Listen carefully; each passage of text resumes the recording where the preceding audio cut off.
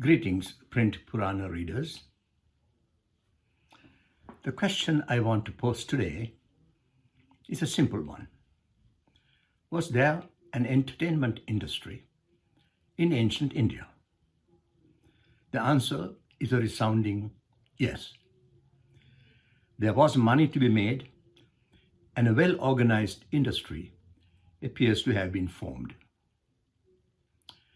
When studying human history, I tell my students that 4 things are important for humans, not just to survive, but to thrive and maintain both mental and physical health.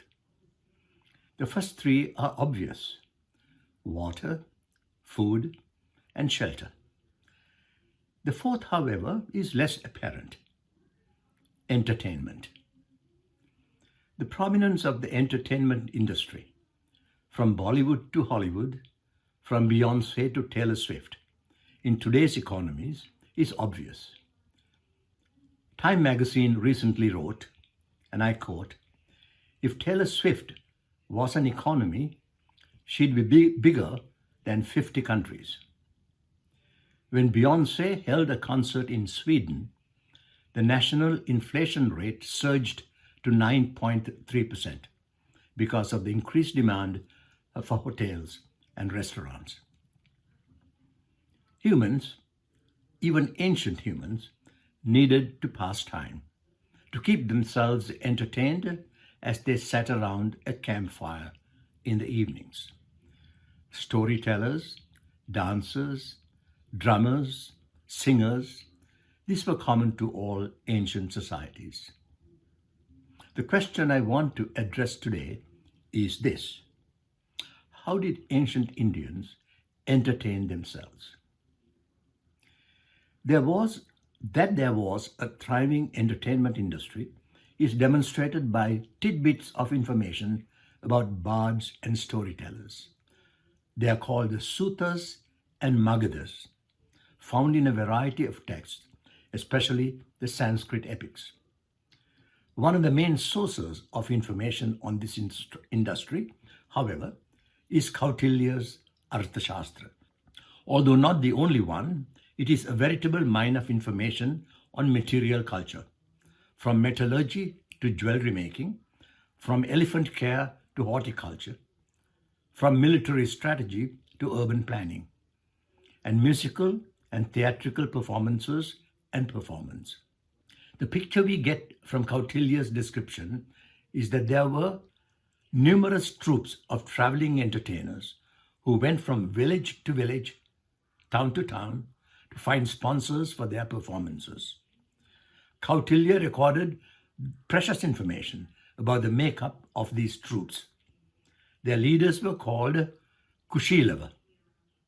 The Kushilava was perhaps the central figure in the ancient Indian entertainment, even within the more formal setting of Sanskrit drama. Sometimes the term is used loosely to refer to actors in general, as in the opening scene of Shudraka's play Mritya Katika. The director, or the Sutradhara, enters the empty stage and exclaims, "This playhouse is empty." Now, where could the Kushilavas have gone? Kautilya gives a list of 6 entertainers or actors comprising a troupe, and they are Nata, Nartaka, Gayaka, Vadaka, Vagjivana, and Kushilava. In English, actor, dancer, singer, musician, bard, and Kushilava. Appearing last in the list, the Kushilava appears to be the leader of the group, perhaps the producer-director. In a couple of places, Kautilya gives an expanded list of 9 members with the addition of what he calls Plavaka, Saubhika, and Charana, rope dancer, dramatic storyteller, and troubadour. Although it is not altogether clear, these terms probably refer to categories of artists rather than individuals, much like today's orchestras consisting of artists playing violins, flutes, drums, and the like. So a troupe may well have consisted of more than 6 or 9 individuals. It is also probable that some performances may have used fewer performers.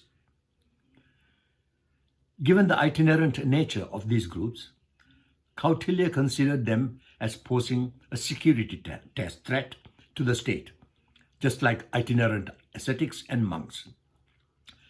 They could provide good cover for secret agents of foreign kingdoms. Kautilya himself mentioned using actors, dancers, singers, musicians, storytellers, minstrels, rope dancers, and jugglers to infiltrate the ranks of an enemy king. That's why these groups were closely supervised. Kautilya also required entertainers not to cause any hindrance to agricultural work in the countryside. He did not think that hard agricultural labor could coexist with public entertainment extravaganzas. Further, like their religious counterparts, the entertainers were advised to suspend travel during the 4 months of the rainy season. These performances were also employed by royal households. Kings liked to be entertained by them. Kautilya mentions that actors received 250 panas as salary, while those who manufactured musical instruments received twice that amount. Here, for the first time in Indian history, we get some information about craftsmen who supported the entertainment industry by supplying musical instruments. Performances within the royal palace required additional security. Kautilya writes, actors should entertain the king without employing performances involving weapons, fire, or poison. Their musical instruments should remain within the palace, as also the ornaments of their horses, carriages, and elephants. These restrictions reveal that performances may have contained acts using weapons and fire. It appears that these performances were probably variety shows with music, singing, jugglery, storytelling, and magic shows. Turning from performers to performances, 2 terms were used in the literature, samaja and preksha. The former were festival events similar to a fair or carnival. The latter, preksha, were specifically musical and theatrical performances sponsored by individuals, groups, or whole villages. These performances were associated with the 6 entertainers headed by Kushilava, along with rope dancers, jugglers, and troubadours. Sponsorship of shows by a village or town fell under the legal category of samaya or convention, whereby all would agree to underwrite a project. When an individual belonging to that community did not contribute his share, he was in breach of the convention and could be prosecuted. Kautilya had this interesting observation about people who tried to freeload. When someone does not give his share to stage a show, he along with his people shall not see it. For listening or viewing it secretly, moreover, he should be forced to pay double his share. It appears that at least some of these performances were staged at night. One of the reasons for authorized movement at night within a city, when generally there was a night curfew, was to see a performance. It also appears that at least some performances were segregated by gender. Some were reserved for women and some for men. A wife, for example, is fined for going to see a show intended for women. Kautilya says, for going during the day to a women's show or excursion, the fine is 6 panas, and for going to a men's show or excursion, 12 panas, double that if it is done at night. Religious texts assigned entertainment activities, including music, to individuals of mixed varnas. So, although they were socially and culturally significant, members of the entertainment profession in general had a low reputation. They were looked down upon, especially by the mainstream of the Brahminical tradition and probably occupied a low social position. Among those invited to ancestral offering were those who played musical instruments and drums and engaged in dancing and singing. Manu, for example, forbade Kushilavas from being witnesses in legal proceedings. Kautilya seems to suggest that men in the industry pimped their wives.